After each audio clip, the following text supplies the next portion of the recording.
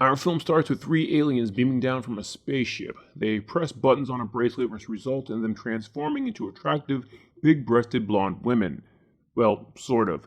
They have comedic issues where one can't turn and the other one is really obsessed with her breasts. Breasty is then sent out to the street to hitchhike, but no one stops until she goes topless. When a guy does, they place some sort of contraption on his head that makes him melt. They then take off with his car, with the third finally figuring out how to turn. Could do worse than becoming a brunette penthouse pet. Next, we're at a police station where two cops argue about an assignment, followed by seeing three guys having a stereotypical late-night movie conversation about women being hot, and just like clockwork, the alien girls arrive. Ome, the brunette, still has some configuration to do as she has to dumb down her language programming, as initially she uses very big words before getting the right level of dumb bimbo to talk to the guys. Back at the police station, we meet a bumbling Scottish cop and his new partner. Back with the guys, the girls struggle to not sound like aliens, but the guys are too horny to notice how weird they're acting. They then decide to split the guys up to drain them one at a time, first starting with white shirt guy. In a dark room, we see the investigators look over the husk that used to be the guy the girl stole the convertible from. They take turns trying to guess what it is. Back at the house, blue shirt guy is next up for draining, but as they're doing it, plaid shirt guy sneaks up on them. They don't do him as we find out the victim has to be sexually aroused for them to do it, so he instead gets killed. Back with the bumbling idiot cop, they learn that the husk was human and the Scottish cop tells a woman to identify it. Is this funny? No. But you're not supposed to be sober as you watch this either, so whatever. Back with the women, they finish with the guy and take off in their stolen car. When they arrive at a club, they realize they don't have money, but figure out since they're hot, they won't need it. Once they get inside, we see them doing their best flirtation, with two of them doing well and the boob-obsessed one just basically asking to blow the guy.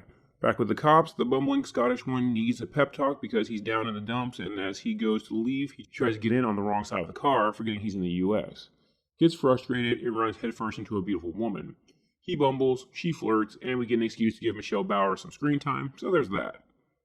Back at the bar, the ditziest of the aliens has apparently had too much to drink and is now, acting drunk. I wouldn't call much of what's going on acting. One of the others basically saves the guy's life by leaving him for a guy in a sports car that offers to take her to a warehouse, followed by the brunette Ome leaving with an awkward guy, though in the previous scene she takes off with an Elvis impersonator, so who knows what happened to him, but I absolutely appreciate that dress on her. At the warehouse, the guy tries to rob his blonde. She transforms back into alien form and he takes off. She basically shoots anyone she encounters with her phaser gun but the guy she's chasing. She eventually catches up with him and tells him she can't use him like that and shoots him. Back with the cop, we get him and the woman Champagne walking down the street with him telling her basically his life story and her being interested for some reason. Out of nowhere, a topless mugger shows up with a knife. As he starts making weird kung fu-like noises, we see that Champagne is also an alien and scares the mugger off before acting as if the detective saved her. He then shows off his moves, leading to hitting a woman walking by who gets up and hits him back. This scene was actually pretty funny, so I'll give him that. Back at the bar, Arla apparently made it back. We have no clue what happened to the guys Ome had, and the two are dragging a drunken Shirley out. Eventually, the cop walks Champagne to her cabin, but before they can do anything, he gets a call and has to leave. She invites him to breakfast, but they settle for dinner instead. He then heads to the club where we find out what happened to all the other guys as they're now husks in the back. The investigator then heads into the bar to interview the bartender. The bartender tells him about the women talking about how hot they are. When the detective goes to talk the case with another officer, we instead see that he's fantasizing about Champagne. With the girls, they continue to take care of Shirley when Arle heads outside to intercept a jogger and flirt with him to bring him inside. They all try to flirt with him before Shirley screws up and shows him their device. He grabs her bracelet, causing her to turn back into alien form, and the girls attack him, realizing they can't drain him. He fights back and ends up escaping. At the police station, the detective is giving a rah-rah speech on how they have to be focused on the case, but then gets a call from Champagne, who is flirting hard. After he gets off the phone, he is totally flustered and keeps speaking in Freudian slips. Eventually, the police arrive at the girl's house and they do their thing while the detective arrives at his date with Champagne, where they say stuff, I guess, but the real goal is to stare at Michelle Bauer's boobs and legs in a really tight black dress. In fact, all their scenes at this point are for that purpose, so I'm not going to pretend anything really happens other than Michelle Bauer is hot. Honestly, all the dialogue in this scene is beyond ridiculous, so here's how you're actually supposed to watch this scene. We're eventually put out of our misery when he gets a call from the station and they leave and she convinces him to take her along. We also see that he had been stabbing people in anger with his fork. As he gets outside, the jogger guy shows up and tries to tell the inspector about the aliens. Champagne suggests that they take him to her place to help him calm down, though when they get there, he notices the bracelet on her arm that is similar to the other women.